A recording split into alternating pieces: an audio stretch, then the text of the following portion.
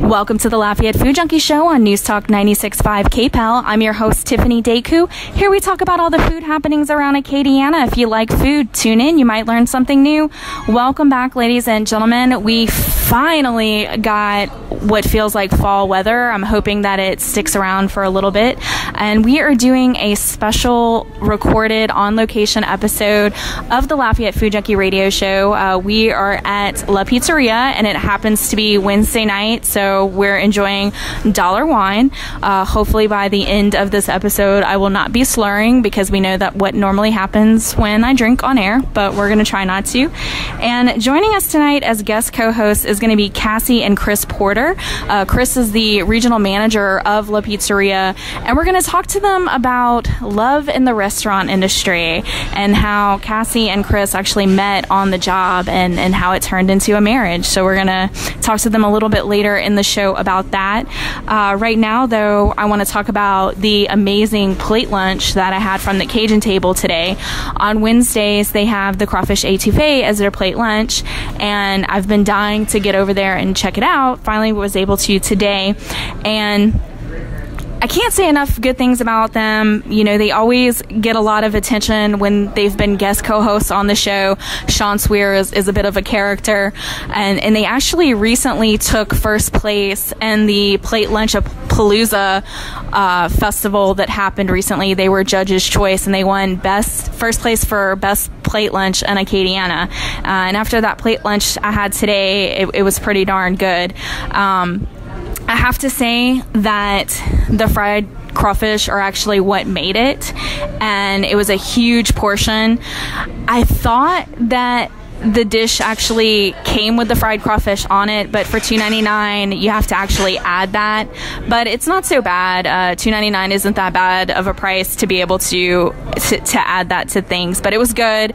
I'm not going to say it's my favorite crawfish étouffée in town, but it was a good crawfish étouffée, and I was able to get 2 meals out of it, so it was very tasty.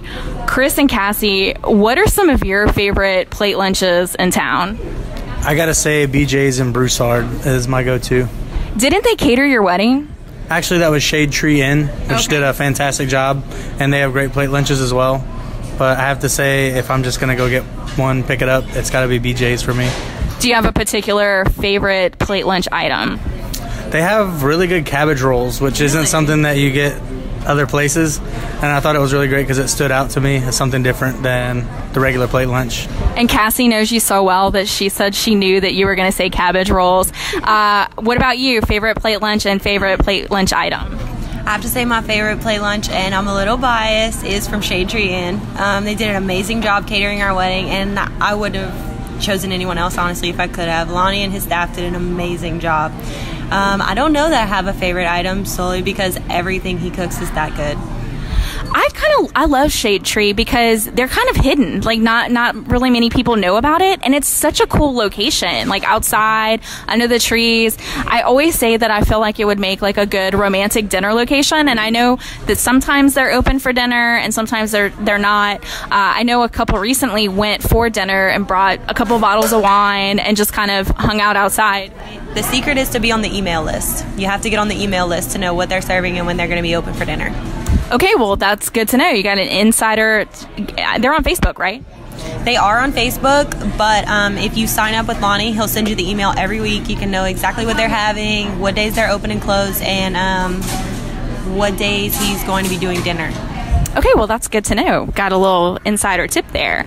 Also, on last week's show, I forgot to mention, we were talking about sour beers, but I failed to mention, because I talked about Bayou Teche a lot on last week's episode, that they recently came out with a sour beer called Tart Side of the Teche.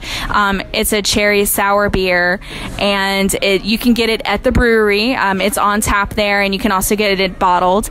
And Carlos told me that in the coming months, they're going to be releasing 4 more sour beers, and he said around April they were going to be releasing a Gose cantaloupe, which sounds amazing to me, so I can't wait to check that out. Again, it's called Tart Side of the tart side of the Tesh, and you can get it at Bayou Tesh Brewing in Arnaville. I don't believe any stores here are selling it locally yet, but it is something that they have there. Also, something that Carlos and I were talking about was that the sour beer movement hasn't really made it to Lafayette yet. It's kind of still hard to find. So they're making one. And if you're interested in checking out sour beers, if you're a little curious about it, the best places that I can tell you to go and check it out is the Worst Beer Garden. Just go up there and ask them what sour beers they have on tap. They usually have a few, and they can kind of help you make a decision on one that you might want to try. Also, Rouse's Market typically have sour beers in bottles there. They have this great little build your own 6-pack kind of thing, and you can find different sour beers there. Usually not a whole lot, but there's usually 1 or 2, and you can pick up a 6-pack there and check that out and check out the sour beers that way. Also want to mention that I checked out Good Eats Kitchen. Finally, we are hoping to have them as a guest on upcoming episodes of the Lafayette Food Junkie radio show. But for prepared meals, they're actually pretty good. I liked that they had different cauliflower instead of grit recipes, lots of low carb, lots of paleo options, and price wise, if you're going to be cooking at home, it's not going to be cheaper than that. It is going to still be cheaper to cook at home, but if you're going to dine out, it's about $10 a meal, so it's cheaper that way. Also, with this cold weather, I actually made my second attempt at ramen in the crock pot, and I think I've finally mastered it. So things that I did differently this time is I seared the deer meat and sauteed the onions and garlic before I put it in the crock pot, and I think that was actually one of the keys because it kind of helped make a deeper, richer broth. I picked up some bone broth, and I'm gonna say that if you have the time, make the bone broth yourself because it is very expensive. So expensive that I was only able to buy 1 mason jar of it, and you kind of cut it with another thing of water with the mason jar, but then I also had to add beef broth to that, one of those about 4-cup packs of the beef broth. Put some ginger in there as well, sauteed all that up, let it cook overnight, and then assembled everything. Also, the other thing that I did different this time is instead of buying the prepackaged ramen that you find at any supermarket, I actually went to the Asian market and got a better quality ramen noodle, and I felt like that helped a lot too. If you follow me on social media, you have seen the pictures of it, and I'm super proud of it. Now, you guys made a crab bisque this week to kind of celebrate the cold weather. Any tips on making a crab bisque at home?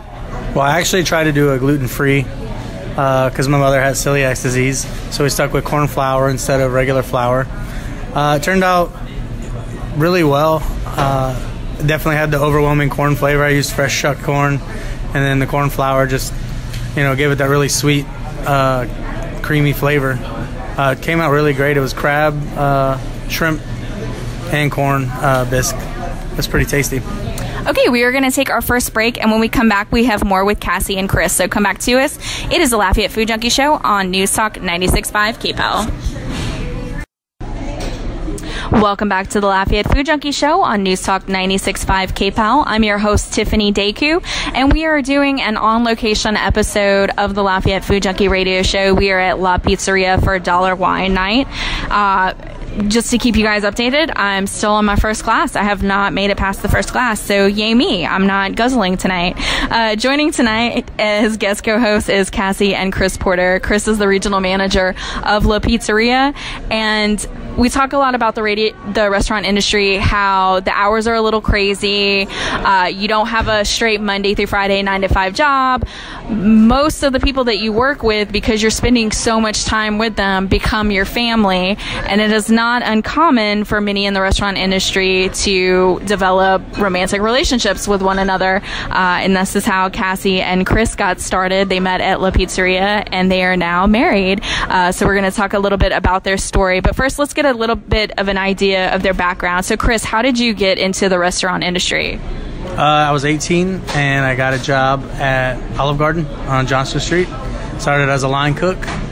and learned lots of great stuff there. You know, how the corporate world works in restaurants, upped my cooking game, but I knew I wanted to do more with that. So I actually moved to the beach, Myrtle Beach to be specific, with the company, and started working there, you know, to move my way up. I didn't see there was a lot of opportunity here, so I started doing new restaurant openings as a corporate trainer, and got to do a couple in Florida and Georgia, Alabama, and then I was kind of a traveling manager after that for a little while, just filled in wherever they needed me before I got my store in North Myrtle Beach, where I was a sales manager for about 2 years there, and it was a really good job, really nice, good company to work for. Darden is the parent company. And then I kind of missed Lafayette a lot, and my mother was not in the best condition, so I transferred with Longhorn Steakhouse, which is under the same company, Darden, and started working the one in front of Academy. And that was a very challenging job, a lot different than Olive Garden. Being the kitchen manager there for, you know, steak's not cheap, so you got to make sure you're doing everything right. I did that for about a year and a half, and it was a good job, but it wasn't for me. And my longtime friend Christine Meir, who I went to school with since like 7th grade, I've known her for quite a long time, decided that she wanted to enter into the local restaurant business, and she purchased La Pizzeria and asked me if I was interested in, you know, growing the brand with her. And up until that point, I had only really had corporate training and models, and always someone to give you an answer. Everything's black and white, there's no gray.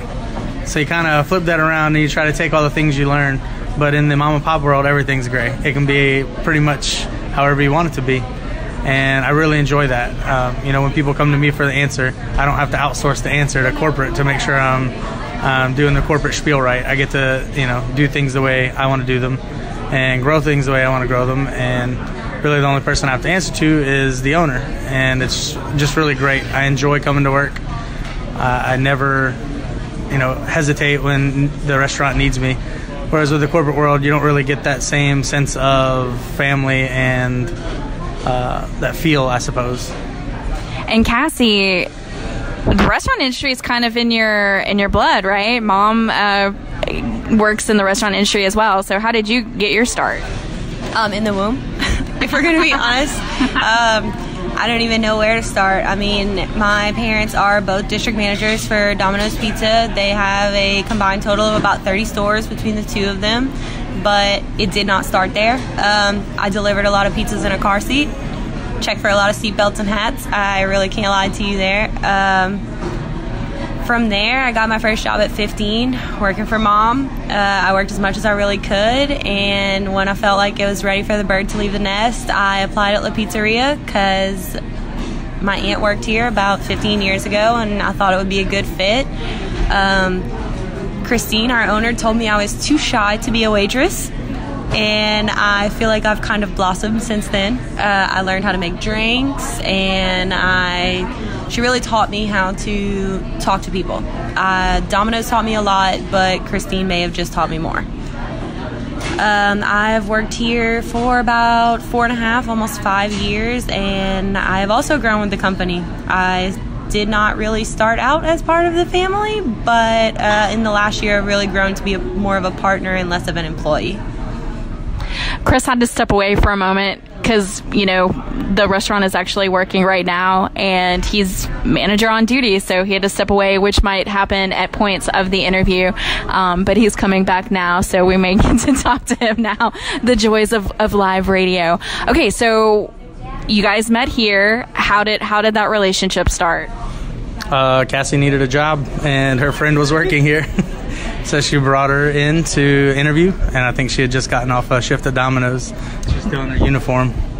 Was it love at first sight? Not in the Domino's uniform. Wow.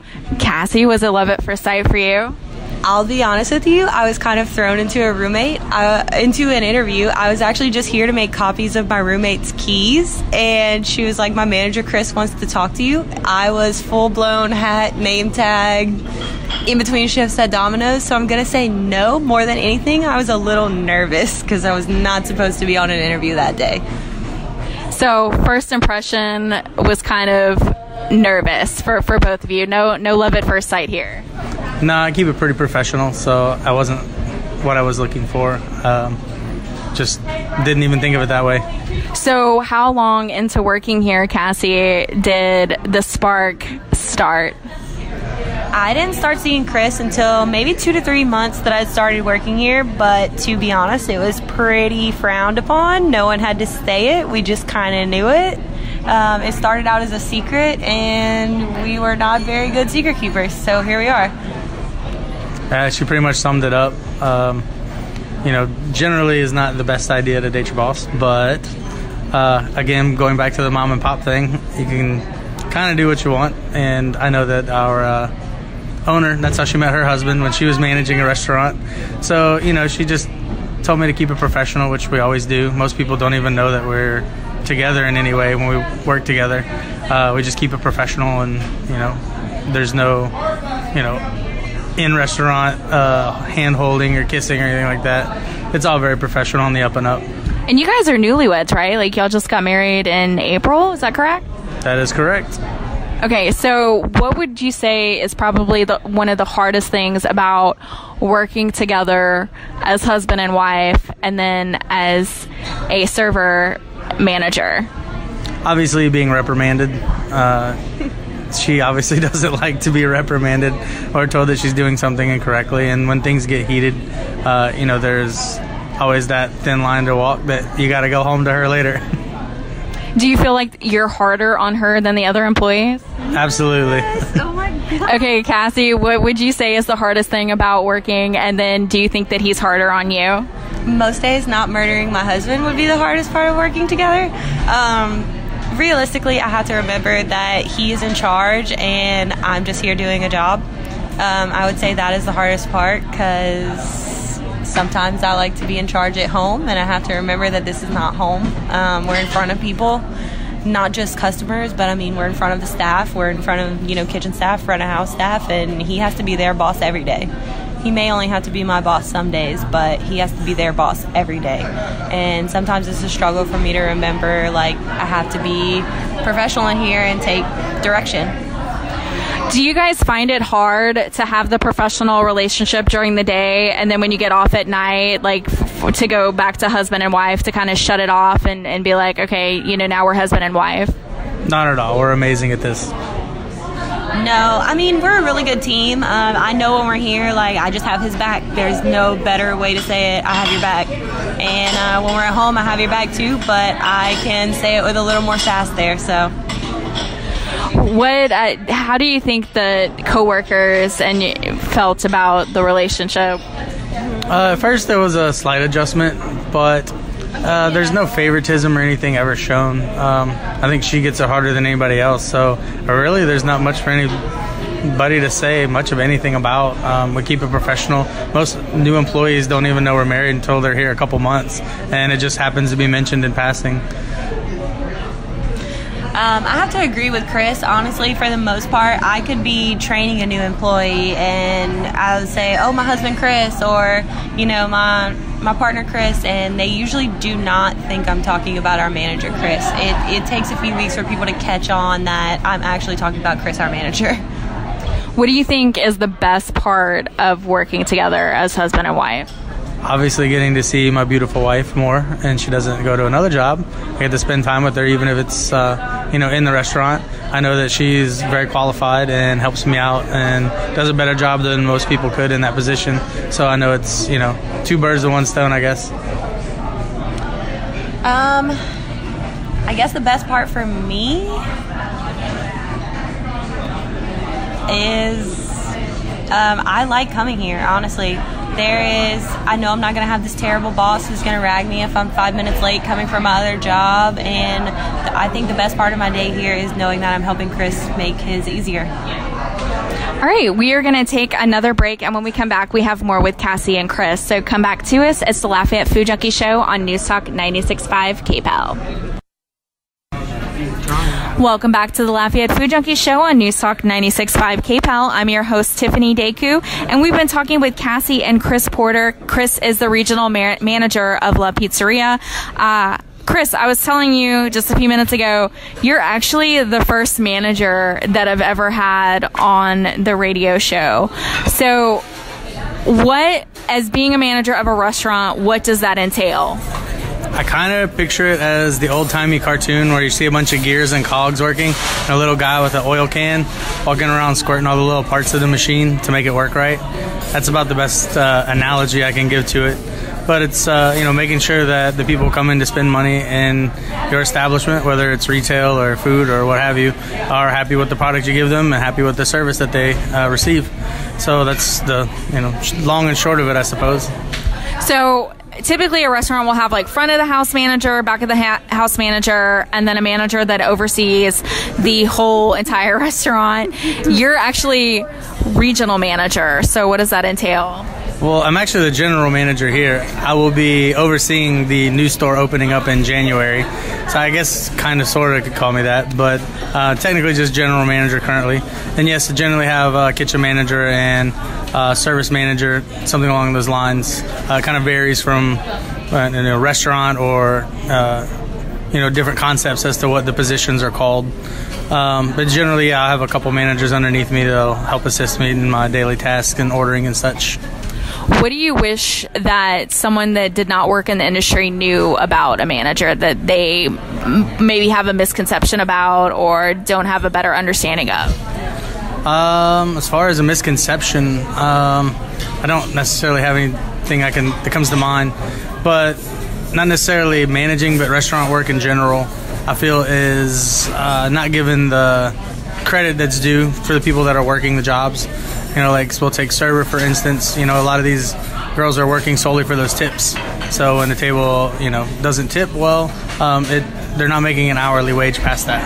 And then when you get into the kitchen side of things, they're not understanding that their actions can directly impact the way a waitress may or may not make any money, or waiter. And I think that people who have never worked in the restaurant industry, when they go out to eat, they just really don't see the ins and outs of it. But when I go out to eat, I kind of picture it as a whole, and I see the working parts as to maybe why something's taking longer, or service is lacking, or something of that nature. I wouldn't say there's any misconceptions that I can think of off the top of my head, but that's, I guess, how people, like, I can't relate to other people's jobs if I've never done it. So I guess, it's hard work and it's not always rewarding, but it is definitely worth it if you enjoy doing it and love it. So as the manager, you're typically painted as the bad guy, even though you're not necessarily the bad guy. Do you kind of feel that that's the case? Well, that's definitely the case. You got to make the hard decisions and the tough calls that, nobody, wants to make, when it comes to, we'll say, making schedules, cutting people on shifts at certain times, opening up hours that you don't normally open, things like that, that I'm here to make the company money and to grow it and make a brand. Whereas an hourly employee doesn't necessarily see that bigger picture. They're there, some of them do, but for the most part, they're there for making a paycheck or, come in to work a shift. They're not looking at the bigger picture of an actual business. So Cassie, I know that you are a hairstylist now, and there's been articles that have been done, and people have said this numerous times that everyone at some point should work in the restaurant industry, in the service industry. Do you feel like being a server here has helped you with being a hairstylist? Well, I'll be honest with you, building rapport is building rapport. I can walk into La Pizzeria on any given Wednesday night and have to stop at 5 or 6 tables before I make it to the bar to get my own glass of wine on a Wednesday night. Meeting and talking to people, it definitely has helped me as a hairstylist. As a hairstylist, I see them quickly. For the most part, I see men's haircuts 20-30 minutes in and out.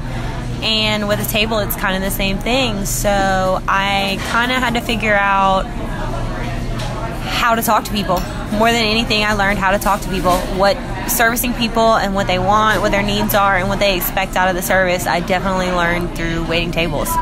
So when you first applied for the job here, one of the things that they were saying was that you were too shy. Do you feel like that's definitely been beaten out of you from being in the service industry? Beaten out of me with a stick. Yeah. If we're going to be honest with you.